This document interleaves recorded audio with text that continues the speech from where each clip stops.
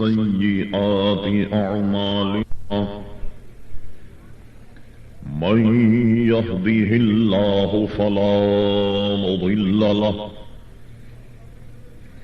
ومن يضلله فلا هادي له ونشهد أن لا إله إلا الله وحده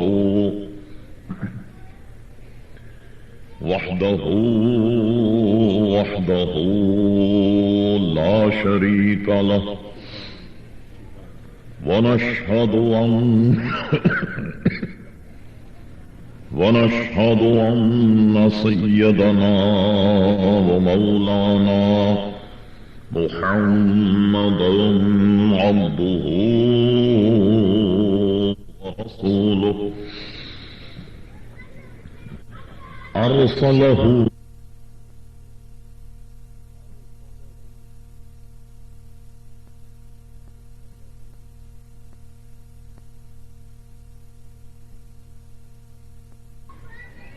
سيدنا محمد وآله وصحبه أجمعين أما بعد فأعوذ بالله من الشيطان الرجيم بسم الله الرحمن الرحيم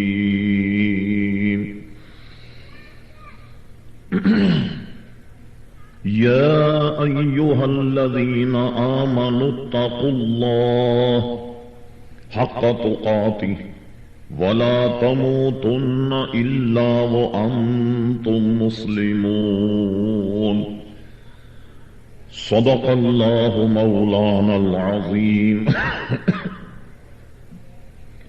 وصدق رسوله النبي الكريم إن الله وملائكته يصلون على النبي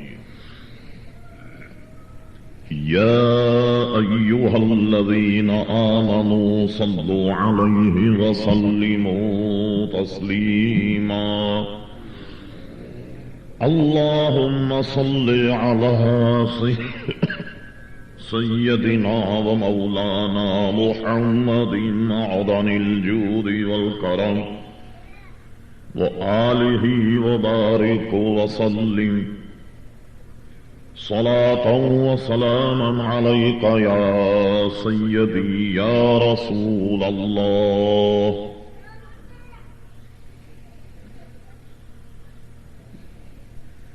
میرے مختوم و محترم حضرت پیر سید جعفر شاہ صاحب دامت برکاتہم العالیہ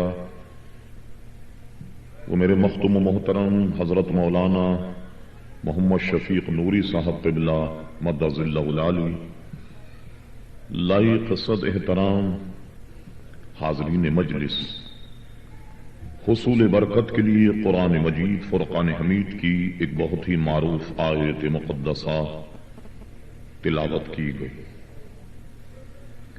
قبل اس کے کہ جو کچھ تلاوت کیا گیا اس کے تحت کچھ لب کشائی ہو، اللہ تعالی سے دعا ہے کہ وہ اپنے پیارے حبیب لبیب نبی کریم رؤوف رحیم علیہ افضل الصلاۃ والتسلیم کے صدقے و طفیل مجھے حق کہنے کی توفیق عطا فرمائے۔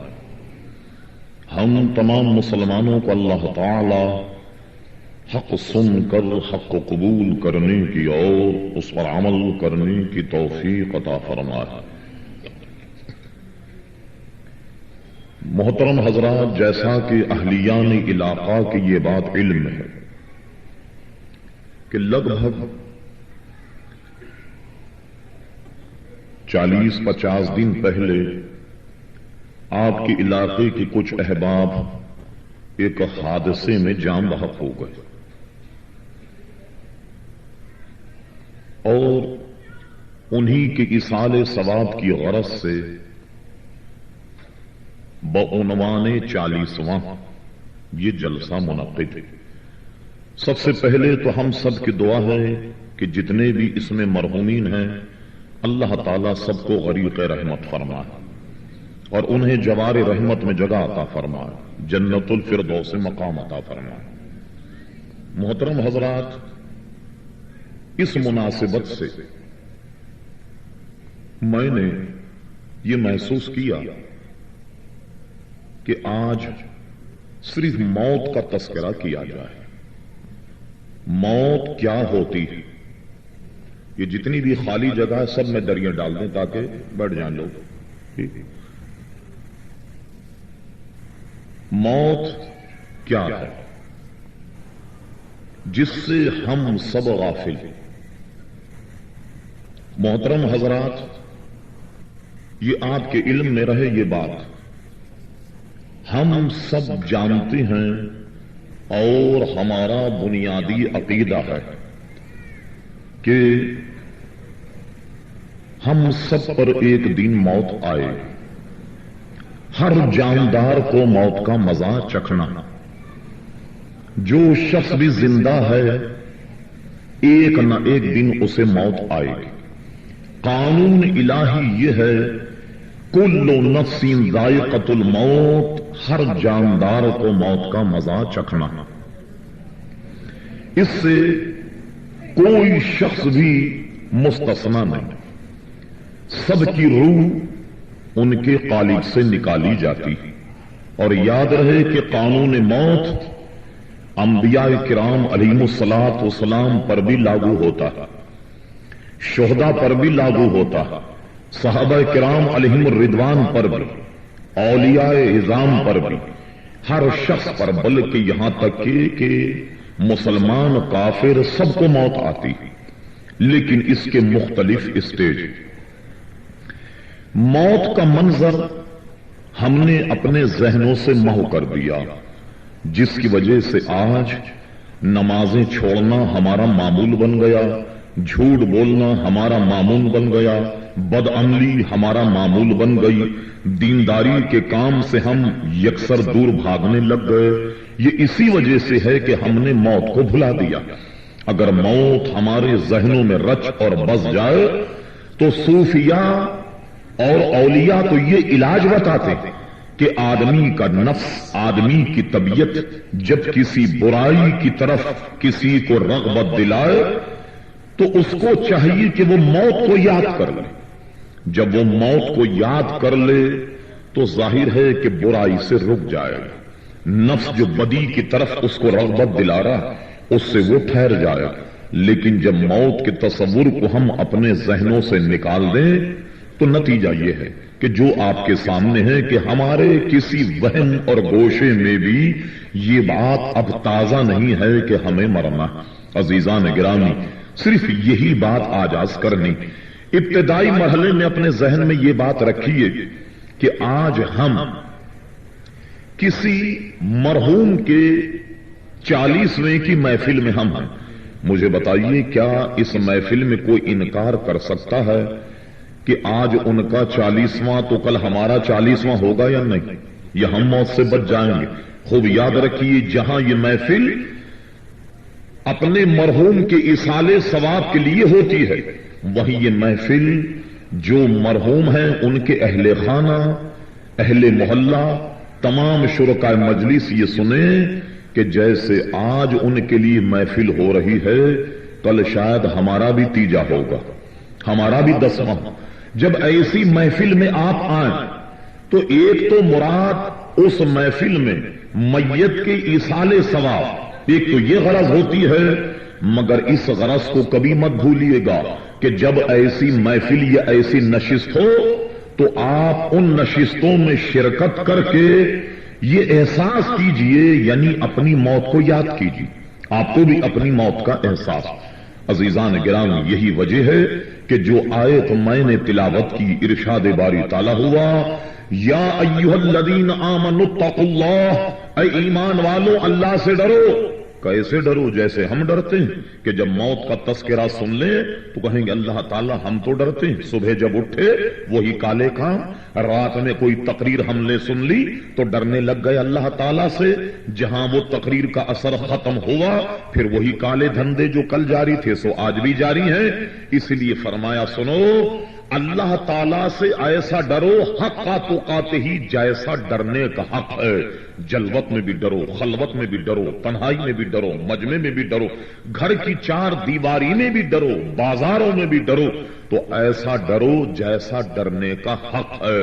اور یہی ہمارے ذہنوں سے نکل گیا کہ ہم جب ڈرتے ہیں جب عوام کے سامنے کوئی برائی کیسے کریں، لوگ کیا کہیں گے، ارے دیکھو یہ تو اتنا بڑا آدمی ایسا کرتا، یہ کام کرنے لگ گیا. لوگوں کے سامنے ہم ڈرتے ہیں. فرما دیکھو ویسا ڈرو جیسا ڈرنے کا حق ہے، یعنی خلوت میں بھی ڈرو، جلوت میں بھی ڈرو، حقا تقاتہ ویسا ڈرو.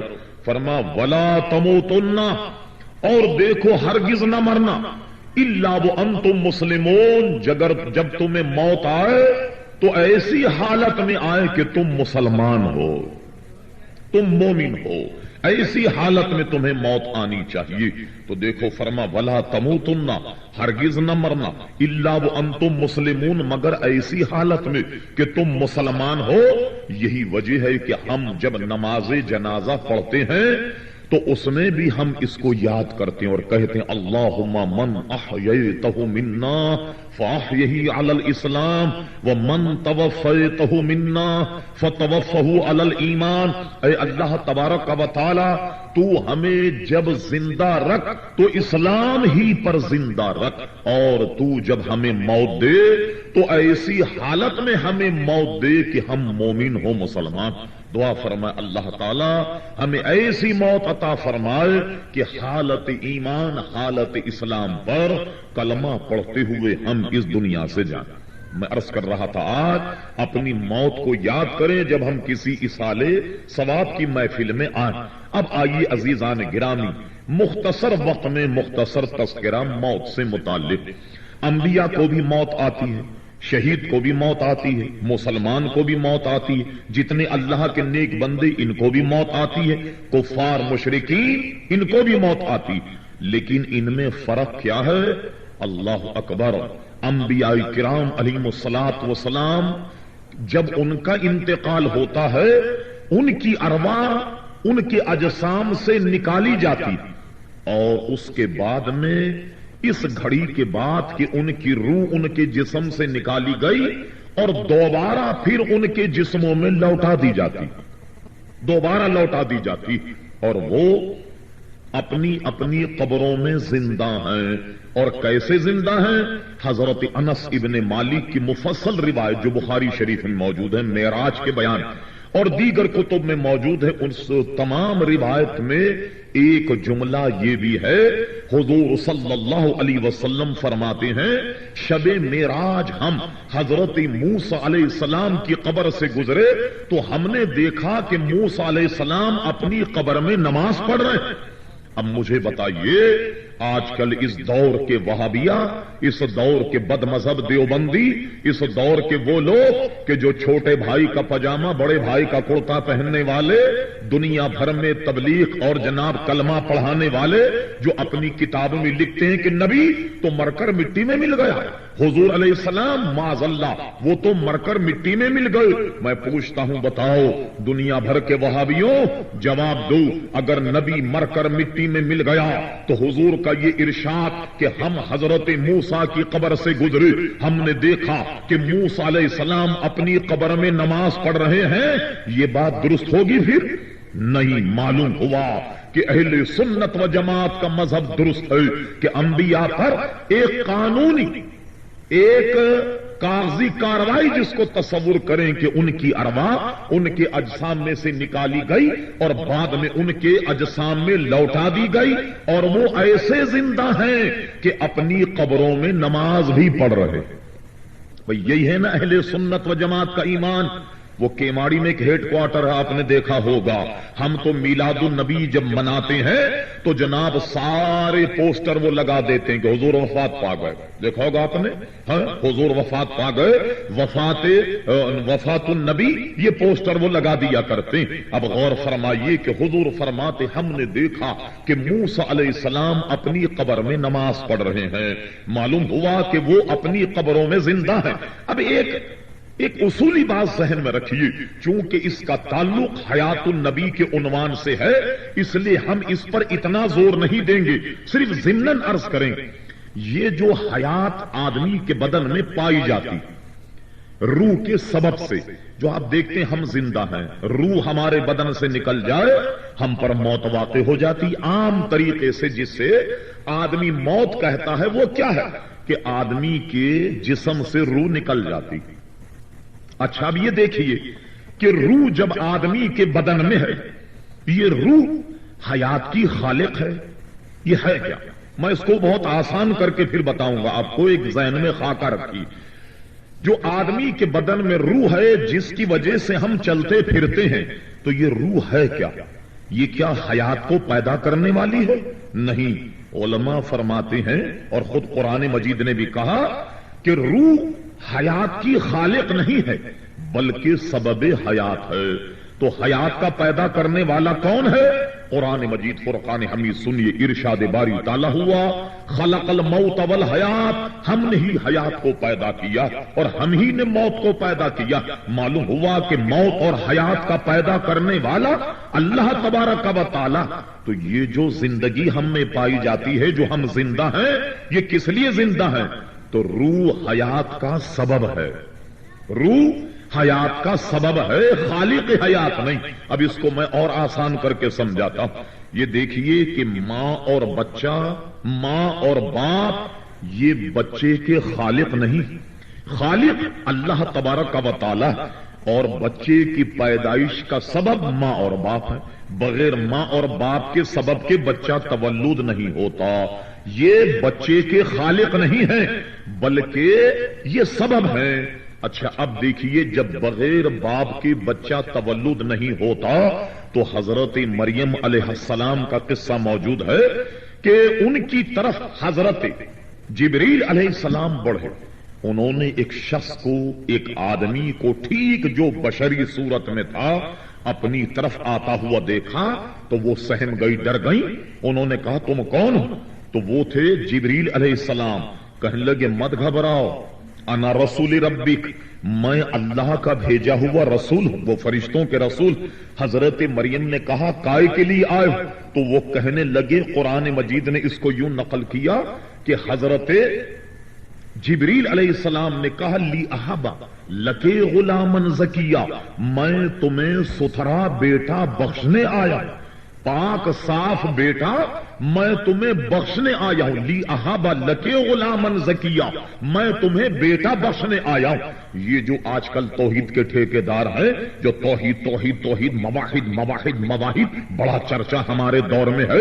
اگر حضرت مریم اسی عقیدے کی ہوتی تو حضرت جبریل سے کہتی کیا کہا تم نے؟ لی احابا لکے غلامن زکیہ، تم بیٹا بخشنے آئے ہو؟ بیٹا تو اللہ تعالیٰ بخشتا، یہ تم کب سے بیٹا بخشنے لگ گئے؟ توبہ توبہ توبہ، یہ تو تم نے بہت بڑا شرک کیا، یہ تو تم نے بہت بڑا گناہ کیا جو ناقابل معافی ہے، ناقابل تلافی ہے۔ یہ تم نے کیا کہا؟ نہیں، حضرت مریم جانتی تھی کہ بیٹا دینے والا تو اللہ تبارک و تعالی ہی ہے، مگر جبریل کے سبب سے دے رہا۔ یہی ہم کہتے ہیں کہ بیٹا دینے والا اللہ تبارک و تعالی ہے، کبھی داتا کے سبب سے دے دیتا ہے، کبھی خواجہ کے سبب سے دے دیتا ہے، کبھی غوث اعظم کے سبب سے دے دیتا ہے، کبھی بابا فرید کے سبب سے دے دیتا ہے۔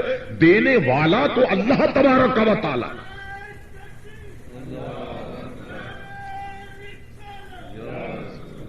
غرض کہ عیسیٰ علیہ السلام پیدا ہوئے، ضمناً میں یہاں عرض کر رہا تھا، بتائیے کہ بچہ تو بغیر باپ کے سبب کے تولد نہیں ہوتا۔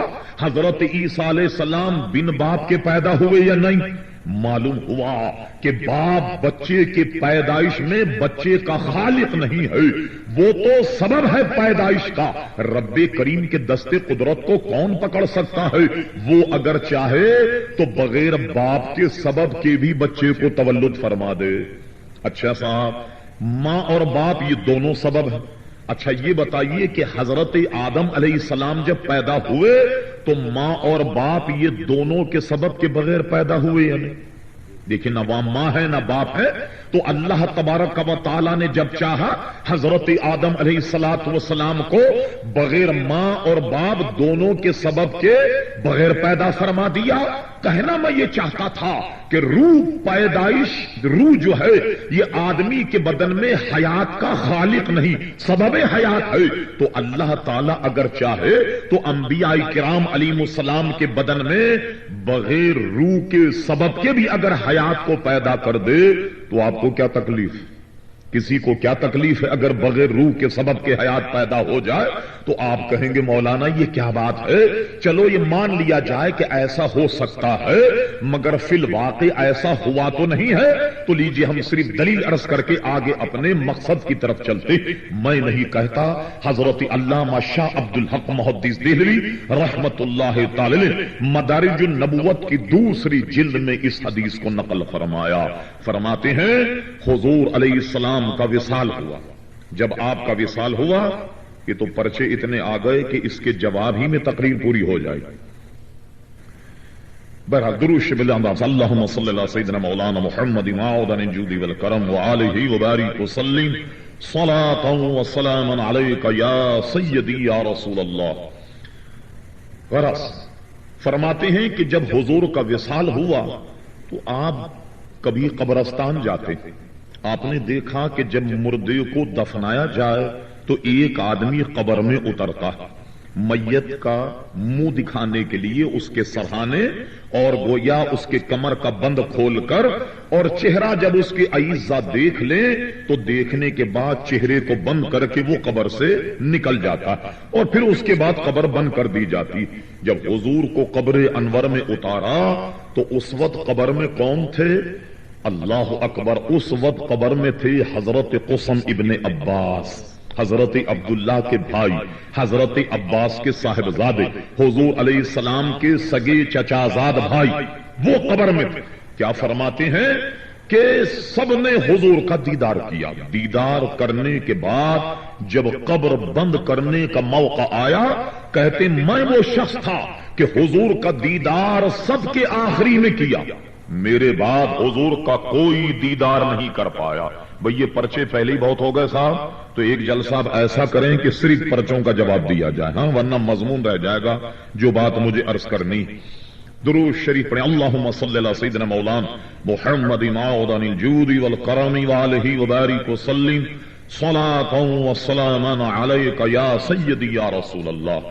غرض کہ جب سب دیدار کر چکے، سنیے ذرا دل کے کانوں سے، فرماتے میں جب محو دیدار تھا، فرماتے جب میں دیدار کر رہا تھا، قسم خدا کی میں نے دیکھا حضور قبر میں لیٹے ہوئے ہیں اور آپ کے ہونٹ مبارک ہل رہے ہیں، آپ کے لبھائے مبارکہ میں جنبش ہے، وہ ہل رہے ہیں۔ میں نے یہ جان کر کہ حضور دنیا سے تشریف لے جا رہے ہیں، اپنے کانوں کو لبھائے مصطفیٰ پر رکھ دوں کہ کیا ارشاد فرماتے حضرت قسم ابن عباس رضی اللہ عنہما فرماتے ہیں کہ جب میں نے اپنے کان دہنے مصطفیٰ پر رکھے، قسم خدا کی میں نے سنا حضور قبر میں لیٹے ہوئے یہ کہہ رہے تھے یا ربی حبلی امتی امت، اے اللہ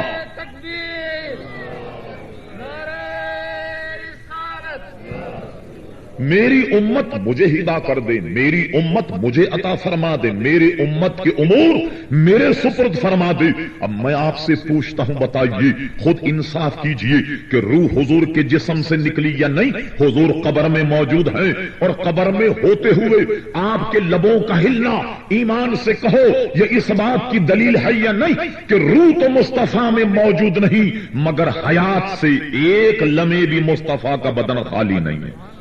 ایسے حیات النبی ہیں، اللہ نے ایسی حیات حقیقی عطا فرمائی کہ روح نکلنے کے باوجود جسم میں حیات ہے۔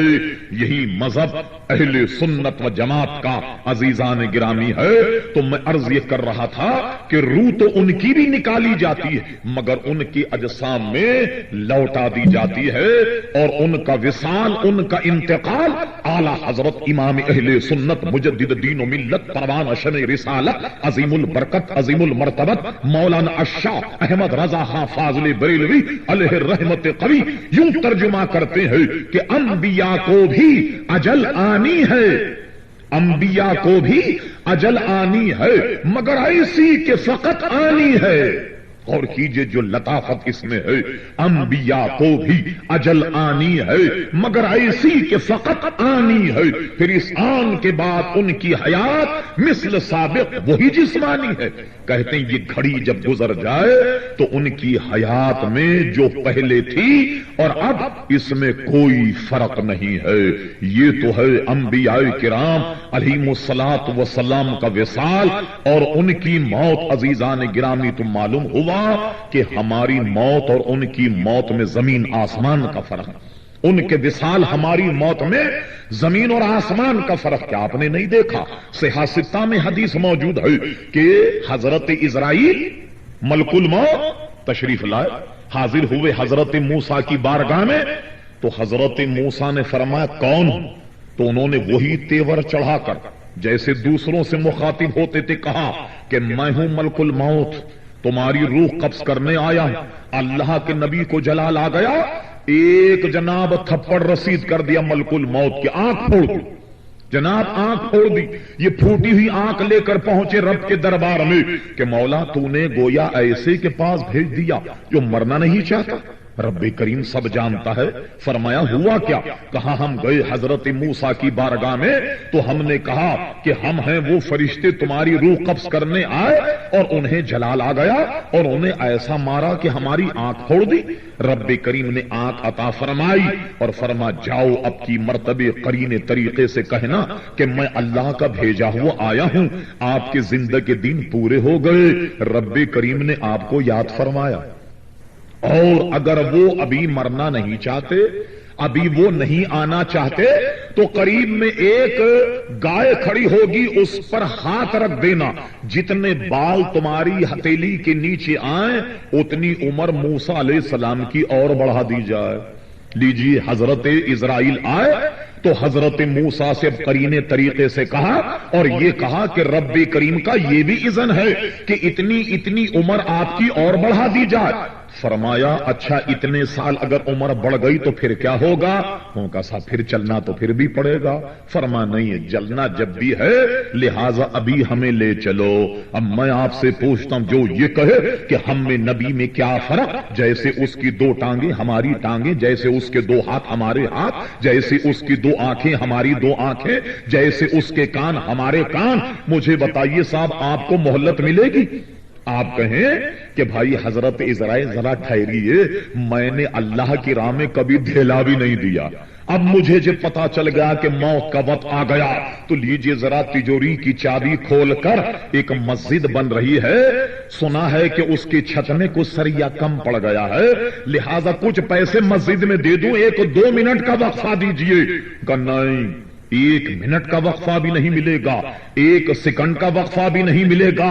دنیا میں تو نہیں دیا، اور دنیا دار جب دیتا ہے اللہ واسطے تو آپ جانتے ہیں کیسے دیتا. سبحان اللہ. سیٹھ صاحب آئے، محفل میں کچھ لوگ بیٹھے ہوئے ہیں اور آنے کے بعد انہوں نے سخت افسوس کا اظہار کیا کہ آج جب میں بس میں یا ٹیکسی میں آ رہا تھا 5000 روپے جیب میں تھے، جیب کٹ گئی. کسی شریف آدمی نے جیب کاٹ لی. اب خیر وہ رنجیدہ ہیں، سنجیدہ ہیں، غور کر رہے ہیں کیا کیا جائے. پھر کہنے لگے چلو چلو مولانا سمجھیں گے کہ زکات دے دیے، چلو سمجھیں گے کسی مسجد میں دے دیا، چلو سمجھیں گے کہ کسی مدرسے میں دے دیا. سبحان اللہ، جیب کٹ گئی، مدرسے میں دے دیا. کیسا ادھار دیا اللہ کی راہ میں. جیب کسی نے تراش دی تو سمجھ لیا کہ دارالعلوم میں دے دیا. جیب کہیں ترش گئی تو سمجھ لیا کہ چلو کسی یتیم کی مدد کر دی. کیا ایسا ادھار اللہ تعالیٰ کے یہاں قبول ہوگا؟ ہرگز نہیں. تو ہمیں تو چند لمحے کی فرصت نہیں ملے گی، وقفہ نہیں ملے گا. لیکن یہ کلاس انبیاء کرام علیہم الصلوۃ والسلام کی ہے کہ جتنا چاہے وقفہ لے، بلکہ صحیح حدیثوں میں موجود ہے نبی کریم صلی اللہ علیہ وسلم نے ارشاد فرمایا میرے رب نے مجھے دونوں کا اختیار دیا، چاہے تو اس عالم کو پسند کروں تو چاہے تو رفیق اعلیٰ کو پسند کروں. میں نے اس عالم کو پسند کر لیا. لیکن مجھے اختیار دیا گیا تھا کہ میں اگر چاہوں تو اس عالم کو پسند کروں، مگر میں نے اسے پسند نہیں کیا، رفیق اعلیٰ کو پسند کر لیا۔ یعنی وقت وصال حضور فرماتے تھے گویا میں نے آخرت کو پسند کر لیا۔ مجھے بتائیے کیا یہ اختیار عام انسان کو دیا جا سکتا ہے؟ عرض یہ کر رہا تھا کہ انبیاء کرام علیہم الصلاۃ والسلام کی موت، ان کا وصال، اس میں یہ فرق ہے۔ اس لیے اعلیٰ حضرت امام اہل سنت مجدد میت حاضرہ صاحب الحجت القاہرہ مؤید ملت طاہرہ مولانا شاہ احمد رضا خان فاضل بریلوی رحمت اللہ علیہ فرماتے ہیں تو زندہ ہے واللہ، تو زندہ ہے واللہ، میری چشم عالم سے چھپ جانے والے۔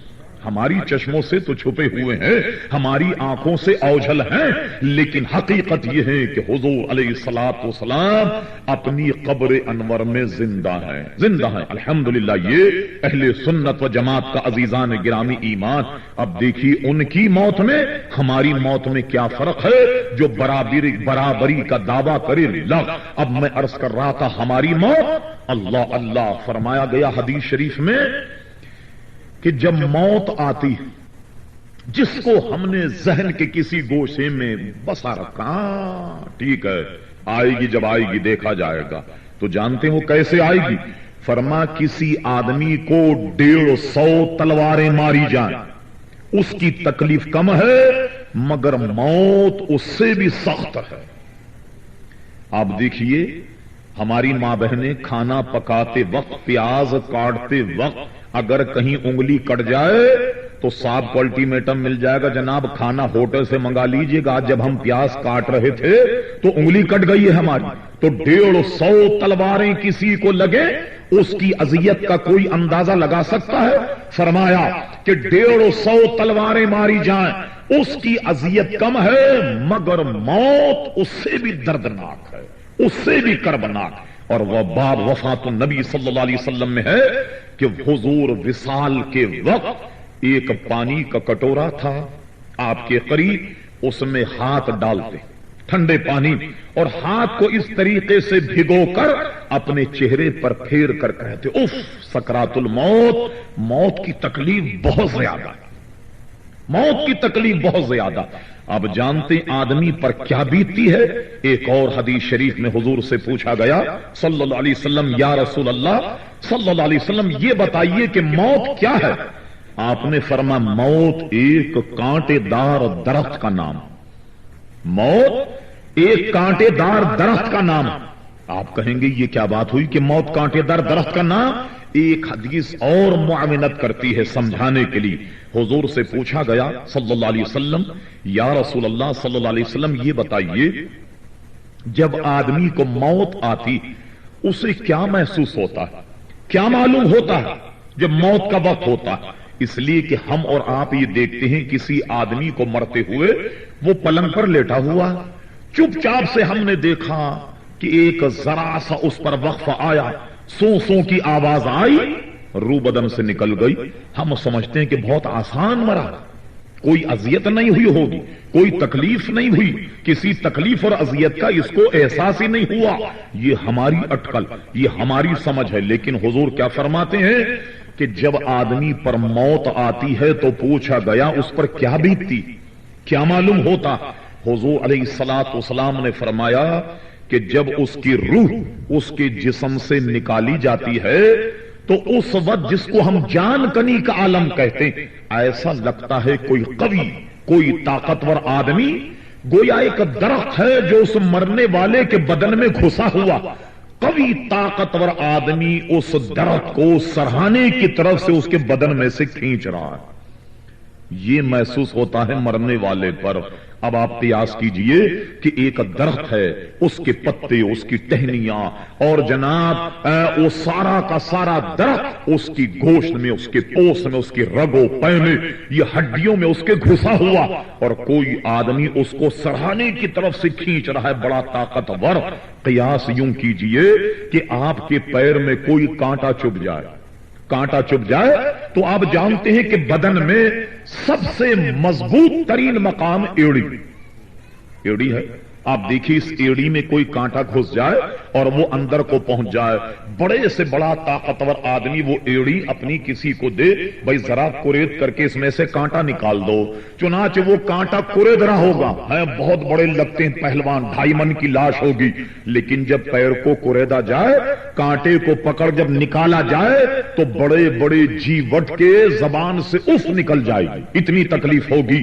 تو دیکھیے جب ایک پھانس آدمی کے چبھ جائے، اس کو نکالنے میں اتنی اذیت ہو، تو کوئی درخت آدمی کے بدن میں گھسا ہوا ہو اور اس کو کوئی سرہانے کی طرف سے نکالے تو احساس کیجئے کہ کیا تکلیف ہوگی، کتنی اذیت ہوگی، کتنی تکلیف ہوگی۔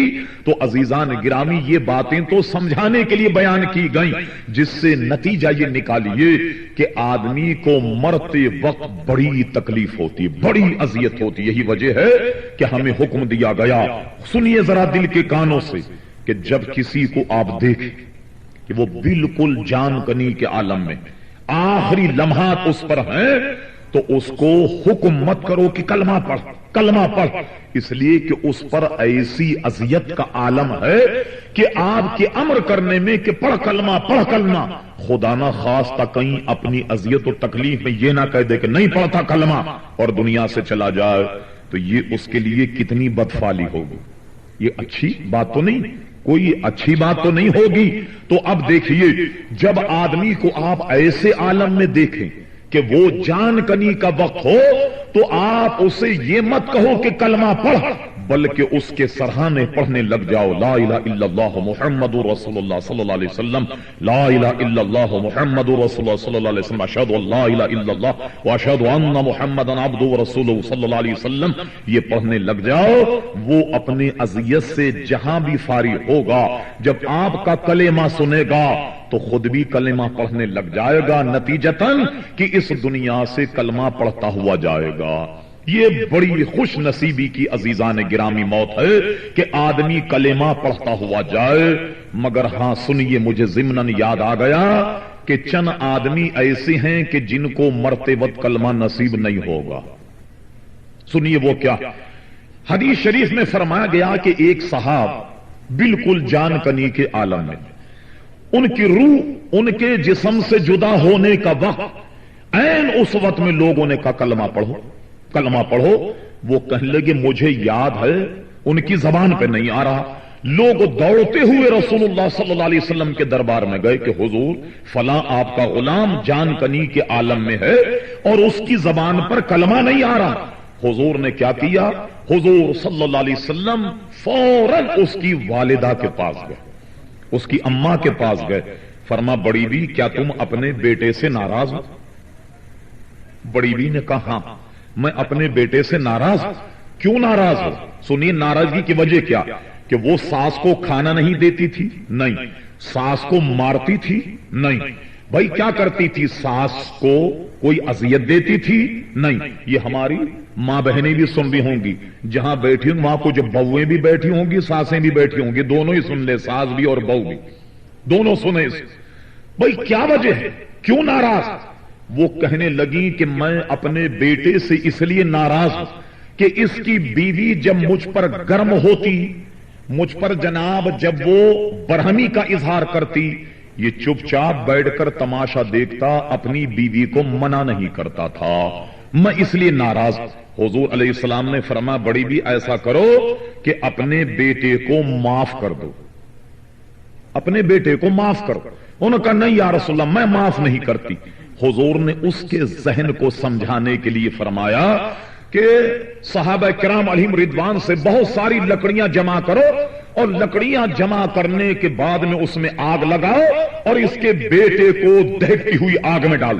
اب وہ بڑی بھی تھی، ظاہر ہے کہ وہ اماں تھی، کوئی اماں اپنے بیٹے کو کب گوارا کرے گی کہ اسے آگ میں جھونکا جائے۔ وہ بڑی بھی جب کہنے لگی یا رسول اللہ کیا آپ اس کو جلا دیں گے، جب وہ بہت زیادہ چونکی تو حضور نے فرمایا بڑی بھی سنو، اس دنیاوی آگ سے کئی ہزار گنا بڑی ہے جہنم کی آگ،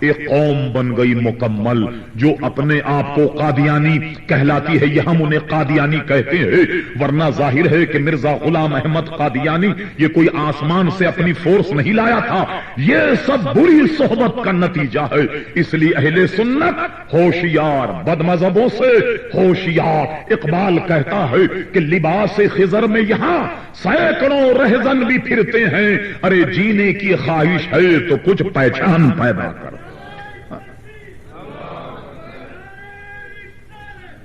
تو ذرا دیکھ لو اپنا کون ہے, پرایا کون ہے. تو میں نے عرض کیا کہ آدمی کا مرتے وقت کلمہ پڑھنا یہ بہت بڑا اللہ کا احسان ہوگا کہ آدمی اس دنیا سے کلمہ شریف پڑھتا ہوا جائے. مگر ہماری نظر میں یہ دو محروم ہیں کہ جو کلمے سے بوقت انتقال محروم رہیں گے. اللہ تعالیٰ اس لعنت سے ہمیں بچائے.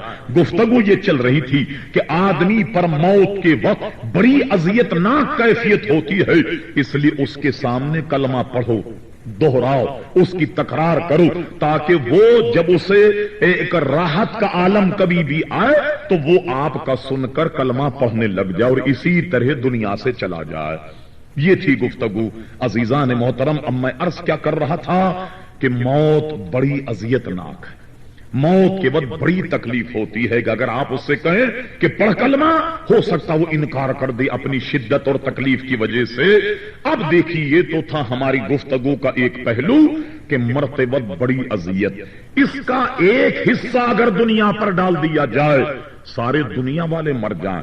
فرما موت کی تلخی جب آدمی قیامت میں اٹھے گا تو یہ موت کی تلخی اس کی زبان سے نہیں جائے گی, ایسی اذیت ناک. آپ میں کے کسی شخص کو یہ حق پہنچتا ہے کہ وہ مجھ سے یہ کہے مولانا آپ نے تو موت کا تصور بیان کر کے ہم سب کو ڈرا دیا. آپ بتائیے کیا اسلام ایسا کوئی حل نہیں پیش کرتا کہ آدمی پر جب موت آئے تو سہل, بڑی آسان, بڑے اطمینان سے آئے, اور آدمی جب مرے تو کلمہ شریف پڑھتا ہوا مرے. کوئی اس کی ترکیب ہے تو لیجیے, علماء نے اس کی ترکیب بھی لکھی کہ جب آدمی پر جان کنی کا عالم ہو, نہایت سہل, آسان, اطمینان سے آدمی اللہ تعالی کے دربار میں پہنچے. اس کی روح بہت گویا یوں سمجھیں کہ جو اذیت ہوتی ہے ان تمام اذیت سے اسے سبکدوشی حاصل ہو جائے اور کلمہ اس کی زبان پر ہو. وہ ترکیب کیا ہے؟ علماء فرماتے ہیں اگر کوئی آدمی اس کا متمنی ہے تو اس کی ترکیب یہ ہے کہ ہمیشہ وضو کرتے وقت اپنے اوپر مسواک کرنا لازم کر لو. مسواک کرنا لازم کر لو کہ جو آدمی اس سنت کو اختیار کرے, مسواک کرنے لگ جائے ہر وضو سے. ہمارے امام صاحب کے نزدیک, امام اعظم ابو حنیفہ کے نزدیک, ہمارے فقہاء اور علماء فتویٰ یہ دیتے ہیں کہ مسواک وضو کی سنت ہے. مسواک وضو کی سنت ہے. جو آدمی اپنے اوپر مسواک کو لازم کر لے, مسواک کو لازم کر لے, تو اس کا ایک فائدہ یہ ہے کہ جب جان کنی کا عالم ہوگا تو اس پر آسان ہو جائے گا, اور جب مرے گا تو کلمہ پڑھتے ہوئے مرے گا. اور علماء نے یوں ہی نہیں ہوا میں یہ بات کہہ دی ہو, حدیث شریف اس کی تائید کر رہی ہے. حضور علیہ السلام کے جب وصال کا وقت قریب آیا, چند لمحوں کے بعد آپ کی روح آپ کے جسم سے نکلنے والی, این اس وقت حضور نے حضرت عائشہ صدیق رضی اللہ تعالیٰ عنہا سے فرمایا مسواک لاؤ. وہ مسواک لے کر آئیں. حضور میں ظاہری بدن میں اتنا ضعف کہ مسواک چبا نہیں سکتے تھے. آپ نے حضرت عائشہ صدیقہ کو اشارہ کیا کہ مسواک کو چباؤ, اپنے دانت سے چباؤ. حضرت صدیقہ نے مسواک اپنے دانتوں سے چبا کر جب حضور کو دی, حضرت صدیقہ ساری زندگی اس پر فخر کرتی تھیں اور بجا طور پر انہیں فخر کرنا چاہیے. وہ یہ کہتی تھیں کہ جب میں نے بوقت وصال حضور کو مسواک اپنے دانتوں سے چبا کر دی تو حضور نے یہ نہیں فرمایا کہ اسے دھو کر کے لاؤ, دھونے کا حکم نہیں دیا. میرے دندان کی چبائی ہوئی مسواک حضور نے استعمال فرمائی, یعنی میرا دہن اور حضور کا دہن آخری میں مل گیا. میرے تھوک اور میرے منہ کی مسواک کو حضور نے کہیں گے انگریزی ہاں کہیں گے، یہ کہیں گے کہ یہ بڑا روشن خیال آدمی ہے، سمجھا، یہ بڑا روشن خیال آدمی ہے کہ یہ پرانی روش کو نہیں اختیار کیے ہوئے ہے، یہ کیا مسواک کو گھس رہا، نہیں برش لگاؤ، ٹوتھ پیسٹ لگاؤ تاکہ پتہ لگے کہ نئی تہذیب کا یہ معاملہ ہے۔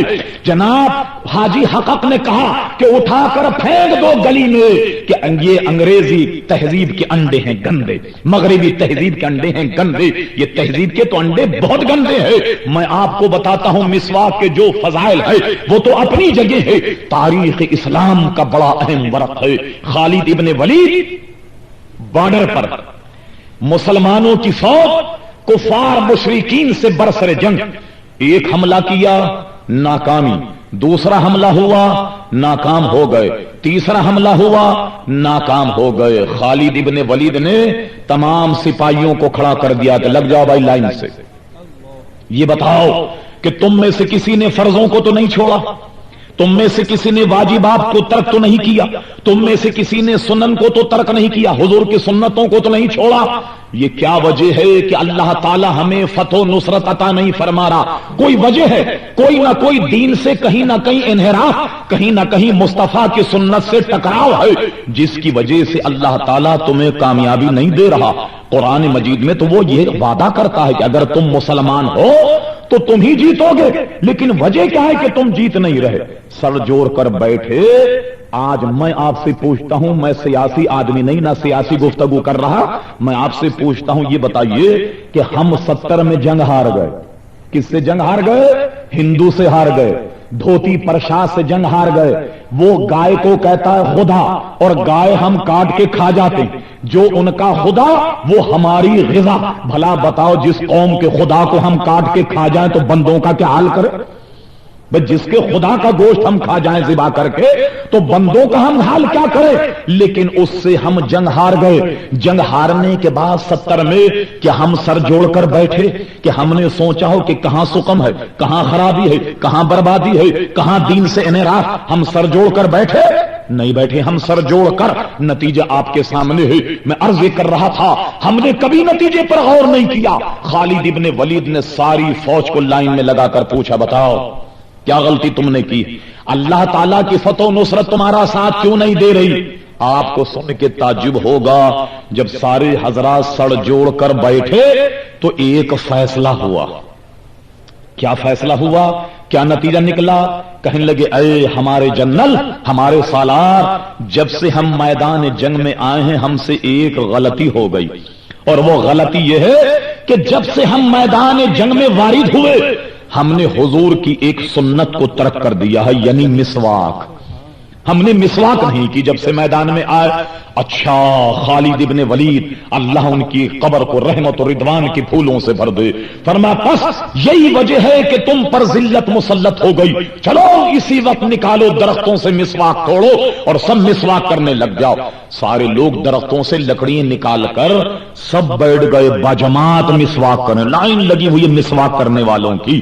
اب جانتے ہیں کہ جو جاسوس ہوتے ہیں انہوں نے دیکھا کہ یہ مسلمان کوئی حملہ نہیں کر رہے، کر کیا رہے؟ کوئی جاسوسی کرنی چاہیے، کوئی خبر تو لانی چاہیے، یہ کر کیا رہے؟ تو چنانچہ 2-4 جاسوس مسلمانوں کو چیک کرنے کے لیے آئے، دیکھنے کے لیے آئے۔ انہوں نے دور سے دیکھا مسلمانوں کو تو ان کی کچھ سمجھ میں نہیں آئی۔ انہوں نے کیا دیکھا کہ ان کے ہاتھ میں کچھ چیز ہے، مسواک تو نظر نہیں آئی، لکڑی بھی نظر نہیں آئی، کوئی چیز ان کے ہاتھ میں ہے، اور سارے منہ کھولے ہوئے ایسے دانت رگڑ رہے۔ سوچتے رہے کیا معاملہ ہونا چاہیے۔ ایک بات ان کی سمجھ میں آئی، وہ گئے اپنی فوج میں، کہنے لگے بھائی شرافت کا تقاضا یہی ہے کہ بھاگ جاؤ یہاں سے۔ انہوں نے کہا کیوں بھائی، کیسے بھاگ جائیں؟ بغیر جنگ کے کیسے بھاگ جائیں؟ بڑی شکست ہوگی اور یہ تو ذلت وغیرہ۔ کہنے لگے بھاگ جاؤ۔ بھائی وجہ کیا؟ کہنے لگے وجہ یہ کہ آج تو مسلمان لگتا لڑیں گے نہیں، سارے بیٹھے دانت تیز کر رہے ہیں، تمہارے کو کچا کھانے کا پروگرام بنایا۔ لگتا ہے کہ آج سب کو کچا کھا جائیں گے، سارے دانت تیز کر رہے ہیں۔ ارے انہوں نے کہا یہ ایسا مسئلہ ہو گیا، تو ان پر خدا کی طرف سے ایسی ہیبت طاری ہوئی کہ تمام کفار مشرکین مورچہ چھوڑ کے بھاگ گئے۔ یہ تو ثمرات ہیں حضور کی سنتوں کے۔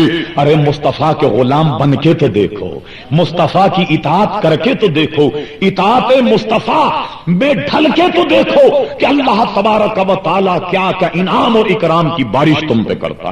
میں عرض کر رہا تھا کہ آدمی جو مسواک کا عادی بن جائے تو انشاءاللہ بوقت انتقال اس کو اذیت نہیں ہوگی، کوئی تکلیف نہیں ہوگی، اور انشاءاللہ وہ کلمہ پڑھتے ہوئے اس دنیا سے جائے گا۔ اب یہ بات بھی آپ نے سمجھ لی، یعنی ہم نے یہ دوسرا فارمولہ آپ کو دیا کہ انتقال کے وقت آسانی اور سہل۔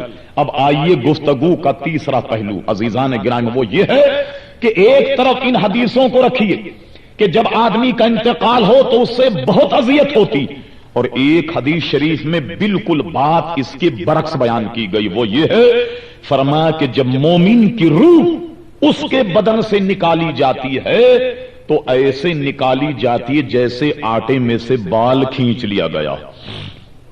مومن کی روح اس کے جسم سے ایسے نکالی جاتی جیسے آٹے میں سے بال کھینچ لیا گیا ہو۔ اب دیکھیے ہمارے اور آپ کے ذہن میں تو یہ تضاد پیدا ہو گیا کہ بعض حدیثوں میں تو ہے کہ موت بہت اذیت ناک ہے، اور یہاں فرمایا کہ مومن کی روح ایسے نکالی جائے جیسے آٹے میں سے بال۔ کہتے ہیں کہ عالم اس میں سرگرم عمل ہو گئے۔ یہ کیا بات، اس کو سمجھنا چاہیے۔ ایک حدیث میں تو فرمایا کہ اذیت ہے، دوسری میں فرمایا کہ مومن کی روح تو ایسے نکالی جاتی جیسے آٹے میں سے بال۔ یہ معاملہ کیا ہے؟ وہ اسی شش و پنج میں تھے کہ انہوں نے خواب میں حضور کی زیارت کی۔ جب حضور کی زیارت کی تو سوچا کہ یہ مسئلہ حضور ہی سے پوچھ لیا جائے صلی اللہ علیہ وسلم۔ عرض کیا یا رسول اللہ صلی اللہ علیہ وسلم، ایک حدیث میں تو یہ ہے کہ موت کے وقت بڑی اذیت ہوتی، اور آپ ہی کی ایک حدیث میں ہے کہ روح تو مومن کی ایسے نکالی جیسی آٹے میں سے بال۔ یہ دونوں میں تو بڑا سمجھنے میں تضاد معلوم ہو رہا۔ حضور نے فرمایا نہیں، تم ایسا کرو کہ سورہ یوسف پڑھ لینا، تمہارے سوال کا جواب موجود ہے سورہ یوسف میں۔ اور کی توجہ سے کیجئے ذرا بھائی، اس کے بعد میں اپنی گفتگو ختم کر رہا۔ فرمایا سورہ یوسف پڑھو، تمہارے سوال کا جواب اس میں موجود۔ یہ اٹھے، انہوں نے 12 سورہ یوسف کو تلاوت کیا، بار بار پڑھا، اس کے مفاہیم، اس کے معاملات، اس کے ترجمے سب پر غور کیا، مگر مسئلہ حل نہیں ہو رہا۔ وہ اپنے سے بڑے کسی عالم کے پاس گئے، یہ ساری گتھی ان کی بارگاہ میں رکھی کہ اس کو سلجھایا جائے۔ اس بڑے عالم نے بڑا عمدہ جواب دیا، فرمایا کہ سورہ یوسف ہی میں تمہارے سوال کا جواب موجود، اور وہ کہاں ہے؟ فرمایا اس آیت میں، اس واقعے میں تمہارے سوال کا جواب ہے کہ جب حضرت زلیخا سے اس کی سہیلیوں نے کہا کہ وہ کون سا یوسف ہے، کہ جب دیکھو اس کا تذکرہ، صبح دیکھو اس کا تذکرہ، دوپہر دیکھو اس کا تذکرہ، شام دیکھو اس کا تذکرہ، اٹھتے دیکھو اس کا تذکرہ، بیٹھتے دیکھو اس کا تذکرہ، یہ کون یوسف ہے؟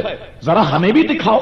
سو زلیخا نے کیا کیا کہ ان کی ایک دعوت کی، اور حضرت یوسف علیہ السلام کو بھی بلایا جن پر وہ فریفتہ تھی، اور کیا کیا، ان کے ہاتھ میں پھل دے دیا۔ تفسیروں میں مختلف، کسی نے لکھا کہ ان کے ہاتھ میں لیمبو تھا، کسی نے کہا تربوز تھا، چلیے کوئی پھل ان کے ہاتھ میں دے دیا، اور چھری دی تیز، اور کہا کہ جب جمال یوسفی کو ہم بے نقاب کریں گے تو تم چہرہ دیکھنا یوسف علیہ السلام کا، اور اس لیمبو کو تراشنا، اسے کاٹنا۔ چلیے صاحب، ان ساری عورتوں کو بٹھایا اور جمال یوسفی بے نقاب کیا، ان عورتوں سے کہا کہ یہ ہیں وہ یوسف۔ جب عورتوں نے یوسف علیہ السلام کو دیکھا، اللہ اللہ، وہ جمال یوسفی میں اتنی محو ہو گئی، جمال یوسفی میں اتنی مستغرق ہو گئی، جمال یوسفی نے اپنے اندر انہیں ایسا مصروف کر لیا کہ وہ دیکھ کر کہنے لگی واللہ یہ تو انسان نہیں ہے، یہ تو کوئی فرشتہ ہے جو آسمان سے اتر آیا۔ اور جب انہوں نے لیمبو کاٹا، لیمبو کٹ گیا، اور وہ اپنے انگلیاں کاٹنے لگی، اور یوسف علیہ السلام کے حسن و جمال کی تعریف کرنی، انگلیاں کٹ رہی ہیں اور جمال یوسفی کی مداح میں لگی ہوئی ہیں۔ میں آپ سے پوچھتا ہوں، بتائیے جب انگلی کٹے گی تو کیا درد نہیں ہوگا، اذیت نہیں ہوگی، تکلیف نہیں ہوگی؟ یقیناً تکلیف ہوگی۔ توجہ کیجئے ذرا، تکلیف ہوگی، مگر انہیں اذیت اور تکلیف کیوں نہیں ہوئی؟ اس لیے نہیں ہوئی کہ جمال یوسفی نے اپنے اندر ان کو اتنا مصروف کر لیا، یوسف علیہ السلام کے جمال میں اتنے مستغرق ہو گئی کہ سارا ذہن ادھر لگا رہا اور تکلیف کی طرف توجہ ہی نہیں گئی، اذیت اور جو تکلیف تھی اس کی طرف ان کی توجہ نہیں گئی۔ تو اس کا خلاصہ یہ نکلا کہ جب مومن مسلمان مرے گا تو انشاءاللہ اس کے سامنے جمال مصطفی آ جائے گا۔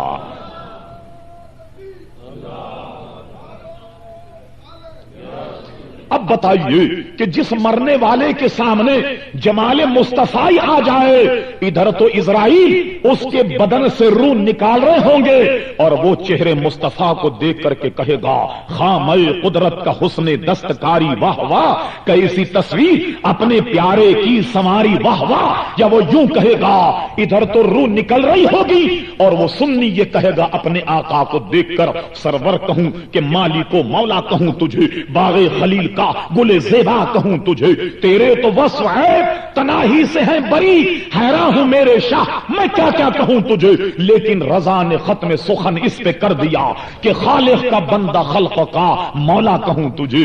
یہ کہتا جائے گا، حضور کی تعریف اور توصیف میں لگا رہے گا، تو مصطفیٰ کا جمال اس کے دل اور دماغ پر ایسا حاوی ہو جائے گا کہ تکلیف تو ہوگی مگر جمال مصطفی جب سامنے ہو تو قسم خدا کی احساس ہوگا ہی نہیں۔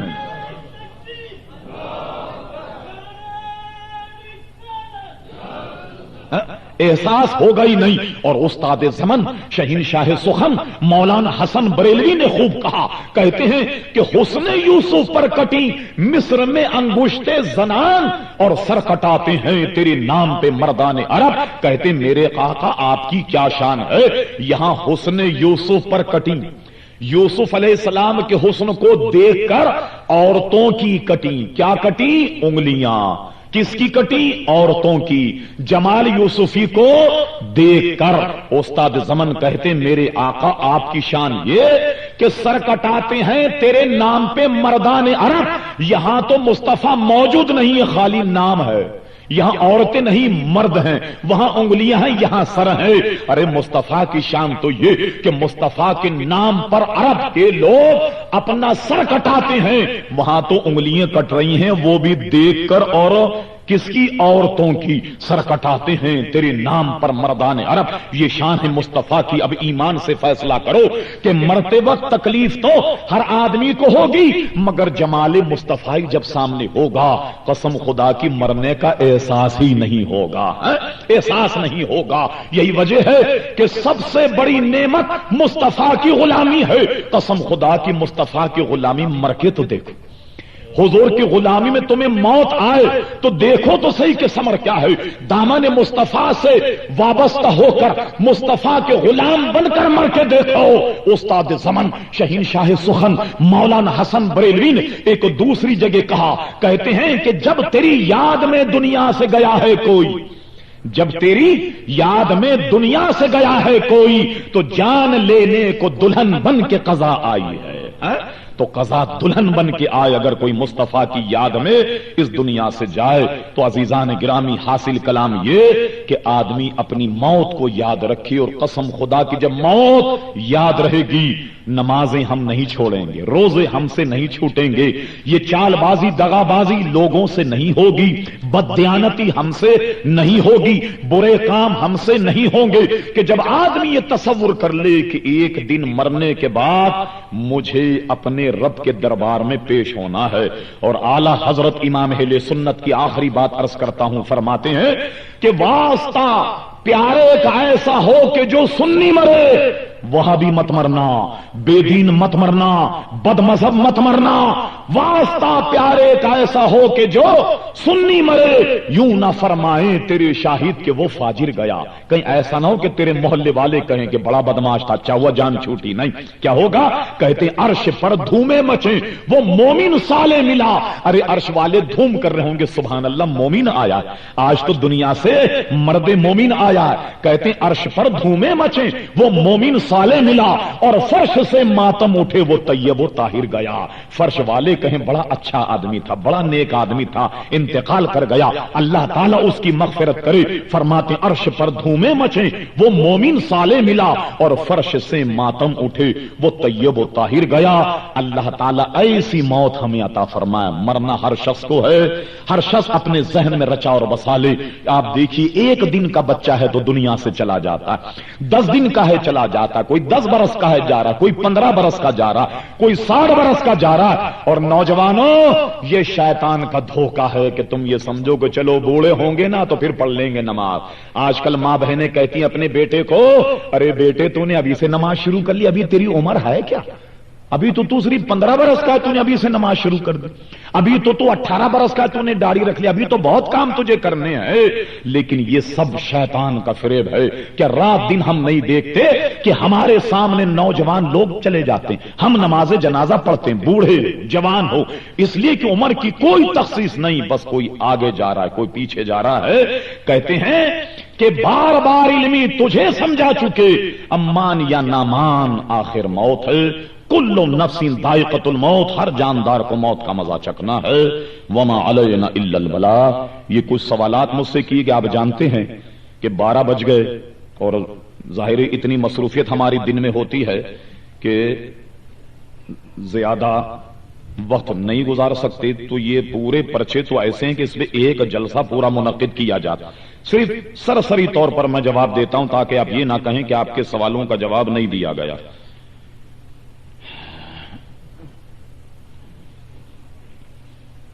درود شریف بلند آواز اللہم صلی اللہ علیہ وسلم. مولانا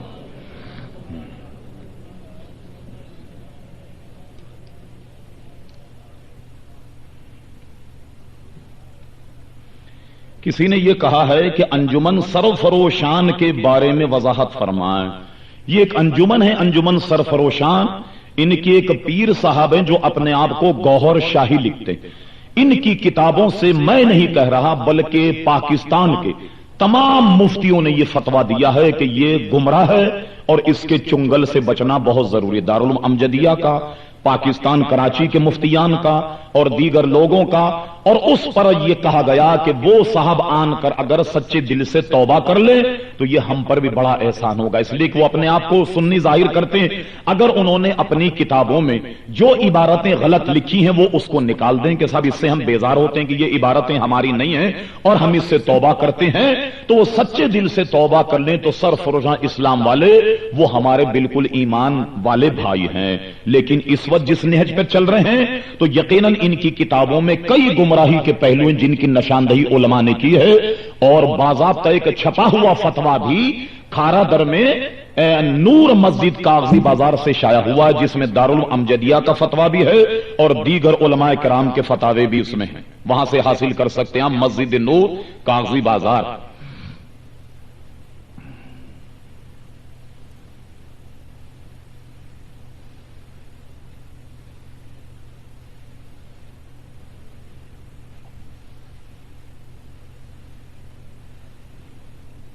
یہ کیا لکھا ہے صاحب کو ذرا اردو گلابی دیکھیں آپ کی, اگر سمجھ میں آ جائے تو مجھے دے دیں.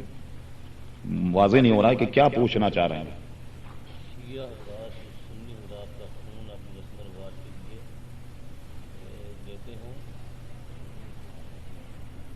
سارا لکھ دیں بھائی جن صاحب نے دیا. یہ لکھا ہے کہ یہ شیعہ لکھا ہے یا شاہ حضرات لکھا, کیا لکھا؟ شیعہ کو بولتا شاہ کر دیا حضرات, جو کیا ہے سنی حضرات کا خون اپنے رسم و رواج کے لیے لیتے ہیں. یہ کہاں سے لیتے ہیں بھائی خون؟ یہ کہاں سے لیتے ہیں خون؟ اگر لیں تو آپ مت دیجیے گا. آپ کیوں دیتے ہیں خون؟ آپ کا اتنا سستا خون تھوڑی ہے بھائی, کیوں دیتے ہیں آپ شیعہ کو خون؟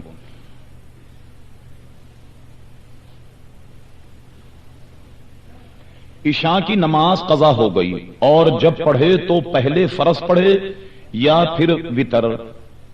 اچھا, جب وتر ادا کیے تو یاد آیا کہ فرض نماز میں سجدہ 100 کرنا تھا جو نہیں کیا تھا, تو کیا اب صرف فرض نماز پڑھیں گے؟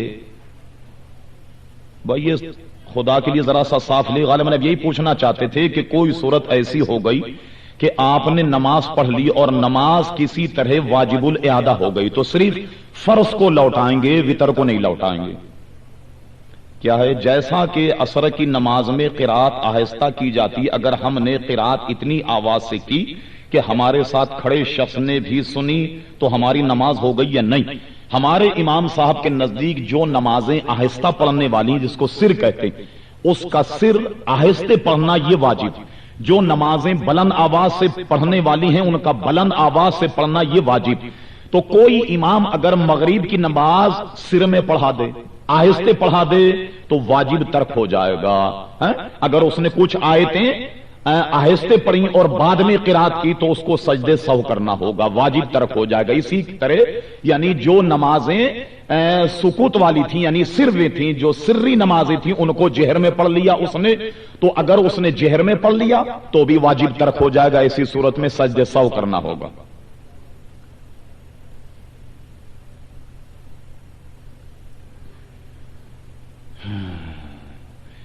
اچھا، پوچھنا یہ چاہتے ہیں کہ شاہ بلیغ الدین اور مولانا شکور کیماڑی والے حزب اللہ چند علماء نے قرآنی آیات کی روح سے یزید کو لازمی جنتی کہا اور امام حسین کو صرف حکومت کے لیے قسطنطنیہ کی جنگ کا واقعہ. بہرحال اردو تو آپ نے گلابی لکھی ہے مگر سمجھ گئے آپ کیا پوچھنا چاہتے تھے. مسئلہ یہ ہے کہ قرآن اور حدیث کی روح سے یزید کو جنتی کا ہمارے سمجھ میں نہیں آئی. یہ کون سی قرآن کی آیت ہے اور کون سی حدیث ہے؟ صرف مسئلہ یہ ہے کہ بخاری شریف کے اوائل میں یہ حدیث ہے کہ حضور صلی اللہ علیہ وسلم حضرت ام حرام کے یہاں سو رہے تھے.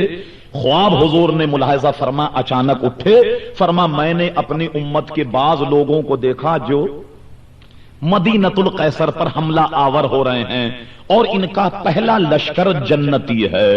اب لوگ کھینچ تان کر یہ ثابت کرتے ہیں کہ اس لشکر میں یزید تھا اس لیے وہ جنتی ہو گیا. عزیزان گرامی یہ غلط. حدیث میں تو کوئی جملہ ایسا نہیں کہ یزید جنتی نہیں صاحب. اس جنگ کی بشارت دی تھی، جو اس جنگ میں شریک ہوگا وہ شہید ہوگا. تو خوب یاد رکھیے، لوگ تو کہتے ہیں وہ جنگ میں سپہ سالار تھا. غلط. علامہ بدر الدین عینی نے بخاری کی شرح میں اسے غلط لکھا اور کہا کہ یہ بات غلط ہے کہ جس جماعت میں ابو ایوب انصاری جیسے بزرگ صحابہ ہوں کیا ان کی کمان یزید کر سکتا ہے؟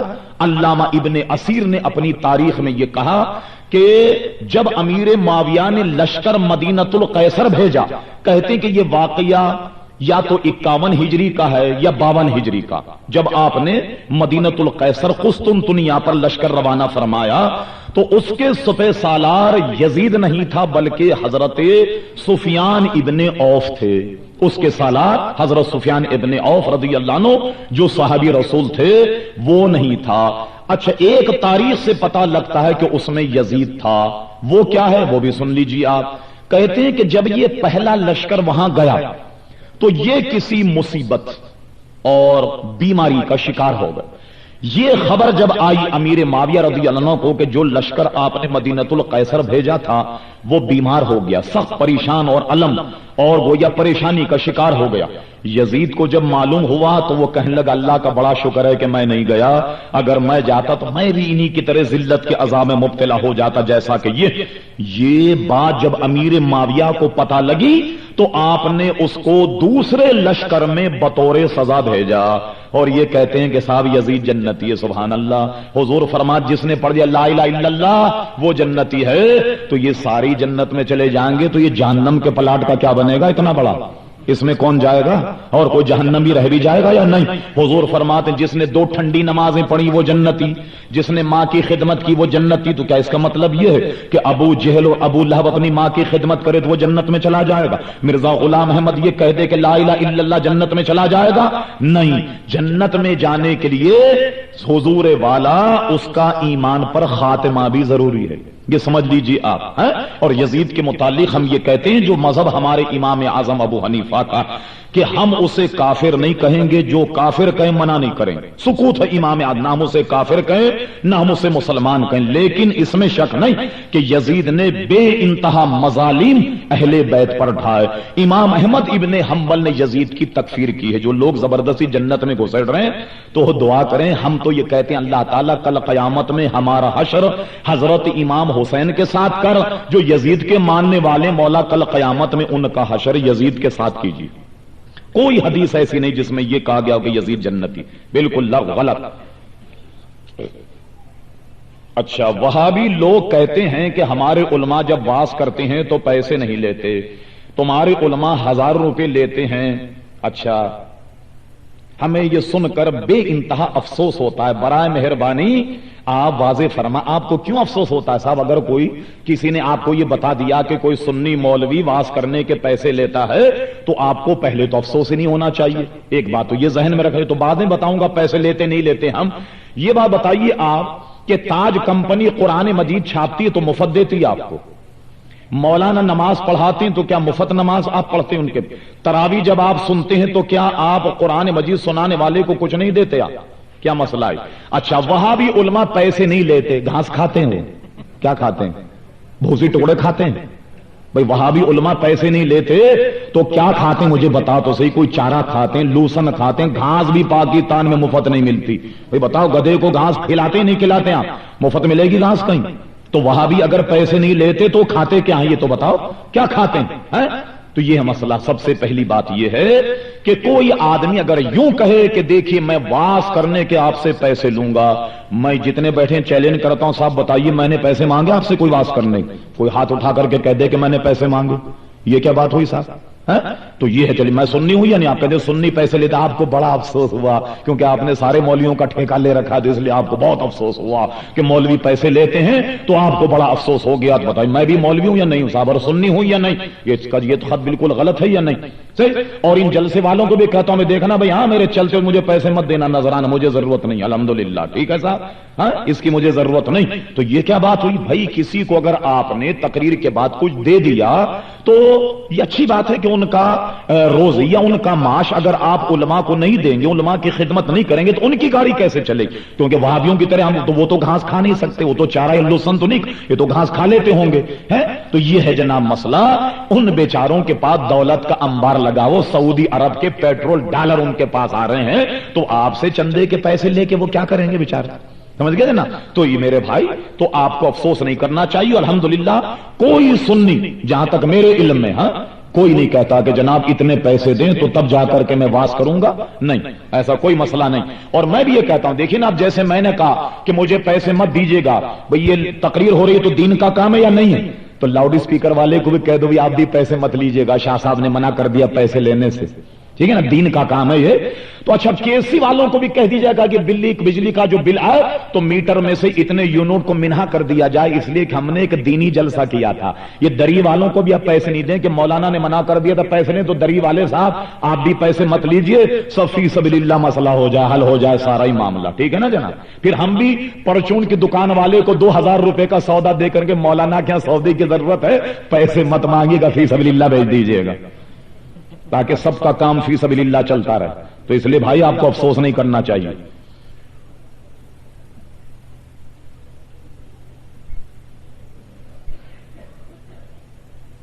یہ آپ نے کیا لکھ دیا بھائی؟ میں کہہ رہا ہوں خدا کی بات ہے کہ اردو تو صحیح لکھو یار. اس میں تم نے لکھا کہ شریعت میں ڈھاری کتنی ہونی چاہیے. ڈھاری کیا ہوتی ہے؟ غالباً آپ داڑھی پوچھ رہے ہوں گے شاید.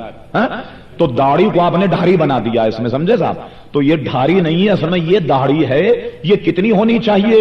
ہمارے علماء یہ قبضہ، ایک قبضہ یعنی 4 انگل ایک قبضہ اتنی ہونی چاہیے. حضرت عمر رضی اللہ تعالی عنہ کا عمل یہ تھا کہ داڑھی کو ایسے مٹھی میں لے کر اور یہاں سے کاٹ دیتے تھے. ایک قبضہ ایک مٹھی داڑھی، یہ شرحن علماء فرماتے ہیں واجب ہے. اس سے چھوٹی جو داڑھی رکھے یہ شرن داڑھی نہیں. اور ایسے امام کے پیچھے نماز پڑھی گئی تو نماز کو لوٹایا جائے گا. یہ ہے جناب. چلیے صاحب داڑھی کا مسئلہ بھی ہو گیا. یہ تو پوری آپ نے فہرست لکھ دی ہے کوئی لمبی. اچھا جناب، شاہ تراب الحق صاحب بات عرض یہ ہے کہ ہمارے بہار کالونی میں کوئی باپو آئے ہوئے ہیں. اچھا ہم ہی لوگوں میں سے تو کوئی نہیں ہے بھائی, دیکھ لیں ذرا. اچھا کہتے ہیں ہمارے علاقے میں کوئی باپو آئے ہوئے ہیں جو کہ عام لوگوں کو مرید بناتے ہیں اور نہ نماز پڑھتے ہیں نہ ان کی داڑھی ہے. سبحان اللہ بھائی, تو اچھا باپو ہے بھائی. اچھا علماء کرام کو برا بھلا بھی بولتے ہیں, اور لہذا برائے مہربانی اس جلسے میں اسے یعنی اس آدمی کی وضاحت فرمائیں تاکہ سادہ لوگ اس کے چنگل سے بچ جائیں. یہ خوب سن لیجیے جناب, ہمارے یہاں پیر میں 4 صفتیں اگر موجود نہ ہوں تو وہ پیر ہی نہیں. وہ 4 صفتیں کیا ہیں؟ سب سے پہلے کٹر سنی, ایسا ٹناٹن سنی, TTS ایسا سنی ہونا چاہیے. کوئی مصلحت کوئی نہیں جناب, بالکل ٹھیک ٹھاک قسم کا سنی ہو. پہلی شرط تو یہ ہے جناب پیر کے لیے. ایک بات. دوسری شرط یعنی ایمان عقیدے کا درست. دوسری شرط علم, عالم. جاہل کبھی پیر نہیں بن سکتا. جاہل کو تو اپنی نماز پڑھنے نہیں آئے گی تو دوسروں کا کیسے کرے گا معاملہ ہے. اس کا عالم ہونا ضروری ہے. سمجھ گئے؟ اعلی حضرت فاضل بریلوی نے لکھا کہ اللہ تبارک و تعالی اگر کسی کو ولایت دینا چاہے اور وہ جاہل ہو تو پہلے علم دے گا اس کے بعد ولایت دے گا. سمجھ گئے؟ جاہل آدمی کبھی پیر نہیں بن سکتا. 2 بات ہوں گے جناب. تیسری بات تقوی. کیا مطلب تقوی کا؟ نماز پڑھے, پابندی سے پڑھے, اس پر اگر حج فرض ہو تو حج کرے, رمضان کا جب موقع آئے تو وہ روزے رکھے. ایسا نہ ہو کہ مریدین تو سارے روزہ رکھے ہوئے اور پیر صاحب یہ کہیں کہ میں دل میں روزہ رکھتا ہوں. ایسا نہیں چلے گا. مرید تو سارے نماز پڑھ رہے ہیں, پیر صاحب یہ کہ ہم تو چپ چاپ سے جا کے مکے میں نماز پڑھ کے آ جاتے ہیں. یہ نہیں چلے گا. اور ایسا پیر اگر کوئی ہو کہے میں تو مکہ میں نماز پڑھتا ہوں, دل ہی میں نماز پڑھ لیتا ہوں, دل ہی میں روزہ رکھ لیا کرتا ہوں, تو جو پیر صاحب جہاں ٹھہرے ہیں تو صاحب خانہ کو مولانا دل ہی میں ناشتہ کر لو, آج دیکھا جائے گا. دوپہر کا کھانا بھی آج دل میں کھا لو, مزہ آ جائے گا ایمان سے. ہے رات کا کھانا بھی دل میں کھا کے سو جاؤ, دیکھو مولانا کے پیٹ میں چوہے کبڈی کھیلتے ہیں یا نہیں. شادی بھی مولانا دل میں کر لو, ولیمہ بھی دل میں کر لو, بیاہ بھی دل ہی میں کر لو. بتائیے صاحب یہ سارے کام پریکٹیکل ہوں گے یا نہیں؟ اس لیے کوئی بھی پڑھا لکھا آدمی ایسے کو پیر نہیں مانے گا. تیسری بات کیا؟ صاحب تقوی. چوتھی بات جس کا سلسلہ غیر انقطاع ہوئے, حضور علیہ السلام تک پہنچے. یعنی جیسے کہ میں جس کا مرید ہوں, میرے پیر کے کون پیر تھے, ان کے پیر کے کون پیر, ان کے پیر کے کون, یہ سلسلہ لڑی بلڑی ملتا ہوا حضرت علی اور جناب نبی کریم صلی اللہ علیہ وسلم تک ملے. اگر کہیں بیچ میں منقطع ہو جائے وہ بھی پیر بننے کا لائق نہیں. یہ 4 شرطیں پیر میں پائی جائیں. اور یہ جو ہے نا کہ صاحب نہ نماز پڑھے نہ روزہ رکھے, وہ پیر تو ہے, اس میں شک نہیں, مگر وہ پیر ہے. پیر منگل بدھ جمعرات جمعہ ہفتہ اتوار پیر. سمجھ گئے صاحب؟ وہ جس کو پیر کہتے ہیں نا بزرگ کے معنی میں, وہ پیر نہیں بن سکتے. تو ہفتہ اتوار منگل پیر ہے صاحب. اچھا جی, یہ بھی وہی ہے کہ ایک پیر صاحب, یہ تو کو معلوم ہوتا کہ کافی اسیر ہیں پیر صاحب کے. ایک اور پچا یہ ہے, ایک پیر صاحب ہیں جو شریعت پر عمل نہیں کرتے, داڑھی وغیرہ نہیں رکھتے, کلین شیو ہیں, اور کیا ہے الٹی سیدھی باتیں بھی کرتے ہیں. اچھا وہ یہ بھی مسئلہ. اچھا اور لوگ ان سے اسے پیر کہتے ہیں, اس کے ہاتھ پر بیعت کرتے ہیں. بالکل ایسے پیر کے ہاتھ پر بیعت نہیں کی جائے گی, شرن جائز نہیں. مسجد میں جو لیٹرین بنی ہوتی ہے, بھنگی سے جو صفائی کرتا ہے لوگوں سے پیسہ لیتا ہے. اس بھنگی سے ماہانہ چندہ 100 روپے لے کر مسجد میں لگا سکتے ہیں یا نہیں؟ کیونکہ بھنگی غیر مسلم ہے اور پیسے بھی لیٹرین کے ہیں, تو مسجد کے کس حصے پر خرچ کیے جا سکتے ہیں؟ اچھا, یا بالکل نہیں استعمال کر سکتے. جہاں نمازی نماز پڑھتے ہیں اور لیٹرین اور پیشاب خانہ نمازیوں کے لیے بنا ہو تو ایسی صورت میں یہ بھنگی کسی نمازی سے پیسے نہیں لے سکتا. یہ ناجائز, اس لیے کہ وہ نمازیوں کے لیے بنا ہے. اس لیے وہ نمازی کوئی اگر آدمی لیٹرین میں جائے, نمازی کوئی پیشاب کرنے کے لیے جائے, تو اس سے بھنگی کو لینا ناجائز ہے. پھر تو آپ ایسا کریں کہ وضو کے نلکے کا بھی کوئی چارج لگا دیں. آپ کے 8 آنے وضو کرنے کے ہوں گے, اور پھر 6 آنے لگا دیں نماز کے کہ دری پر نماز پڑھنے کے ہوں گے. 4 آنے فرش پہ ہوں گے اور 6 آنے ہوں گے نماز پڑھنے کے, روپیہ ہوگا قالین پہ پڑھنے کا. تو یہ تو سارے چارجز لگ جائیں گے, لہذا یہ جائز نہیں. اور بھنگی جو پیسے دے گا اس کی مسجد کی تعمیر میں وہ پیسہ نہیں لگ سکے گا. اچھا, یہ پھر پیر صاحب آ گئے بیچ میں. سمجھے صاحب؟ جس پیر صاحب کے ہاتھ پر بیعت کی جائے وہ کس طرح کا ہونا چاہیے وہ میں نے پہلے آپ کو بتا دیا کہ پیر کیسا ہونا چاہیے، جس میں 4 شرطیں ہوں، وہ میں نے پہلے عرض کیا۔ اچھا ایک اور یہ پھر دوسرے کوئی پیر صاحب آ گئے، کہتے ہیں کوئی ولی اللہ یا غوث یا نبی کسی پیر کے جسم میں آ سکتے ہیں یا نہیں؟ بالکل غلط ہے، یہ کسی کے جسم پہ کیسے آئیں گے بھائی؟ یہ کسی کے جسم کے اندر آ جائے اور کوئی آدمی یہ کہے کہ میں نبی بول رہا ہوں پیر بول رہا ہوں، معاذ اللہ، یہ کیا نبیوں اور غوث اور پیروں کے لیے یہی کام رہ گیا ہے وہ کسی کے اوپر آ جائے؟ کوئی اور کام رہا نہیں ان کے لیے؟ یہ بھی بات بالکل غلط ہے۔ کوئی پیر اگر یہ کہے کہ مجھ پہ غوث آ جاتے ہیں، خواجہ غریب نواز آتے ہیں، یہ بالکل غلط، اس کی بات نہیں مانی جائے گی۔ پھر خصوصاً ایسا پیر ہو جو نہ روزہ رکھے نہ نماز پڑھے، تو ایسے کے پاس غوث اعظم کائے کے لیے جانے لگے؟ بھائی کوئی اور آدمی نہیں مل رہا ہے کیا ان کو صحیح ٹھیک ٹھاک قسم کا کہ جو ایسے کے پاس آئے؟ لہذا اس کا یہ دعویٰ بالکل غلط ہے اور لوگوں کو ایسے پیر کی گمراہی سے بچنا چاہیے۔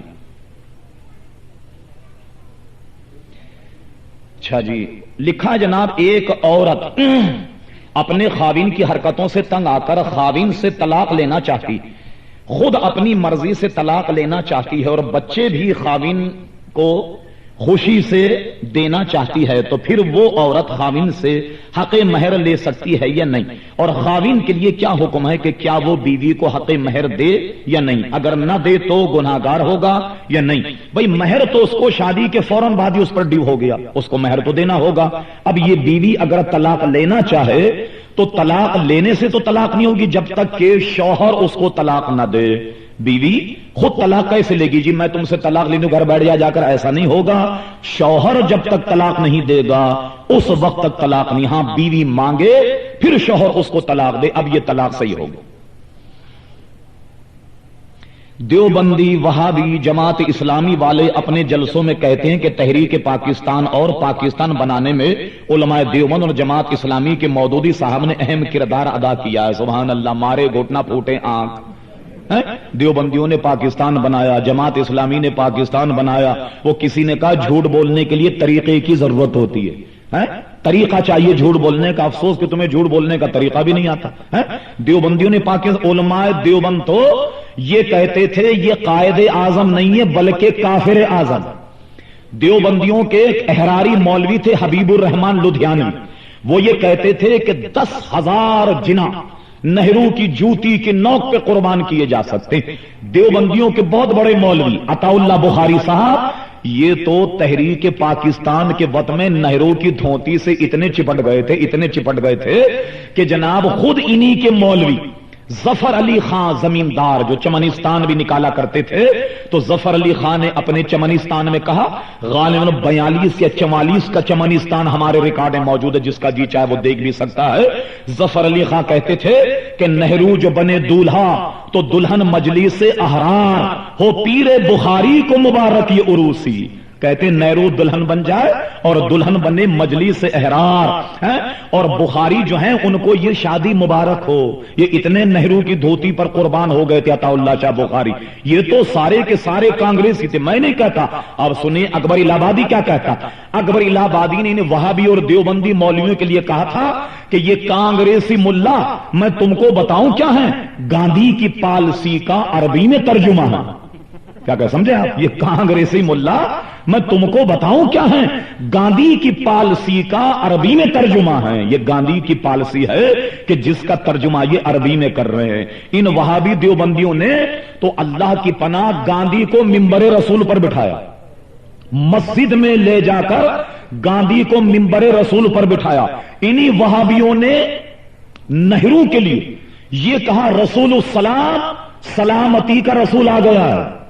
سمجھے صاحب؟ یہ سارا موجود ہے کتابوں میں جناب، اور حق کہہ رہے ہو کہ دیوبندیوں نے پاکستان بناؤ، بندے خدا کوئی جھوٹ طریقے سے بولو، یہ دیوبندی کب سے پاکستان بنانے لگ گئے؟ بالکل غلط۔ ہاں ہوا کیا کہ انہوں نے 1-2 آدمی اپنے بھیج دیے تحریک پاکستان میں۔ کون؟ جناب وہ ظفر احمد عثمانی، شبیر احمد صاحب ہیں اور ظفر احمد انصاری، یہ 2-3 آدمی ان کے تھے۔ اور بنیادی عقیدہ کیا تھا؟ اقبال سے سن لو آپ، اقبال کیا کہتا ہے، اس کو تو آپ نہیں کہو گے کہ یہ مولانا احمد رضا خان صاحب کا مرید تھا۔ اقبال کہتا ہے چلی بات یہ چلی کہ ہندو اور مسلمان یہ ایک قوم ہے، اس لیے کہ ہندوستان میں رہتے ہیں۔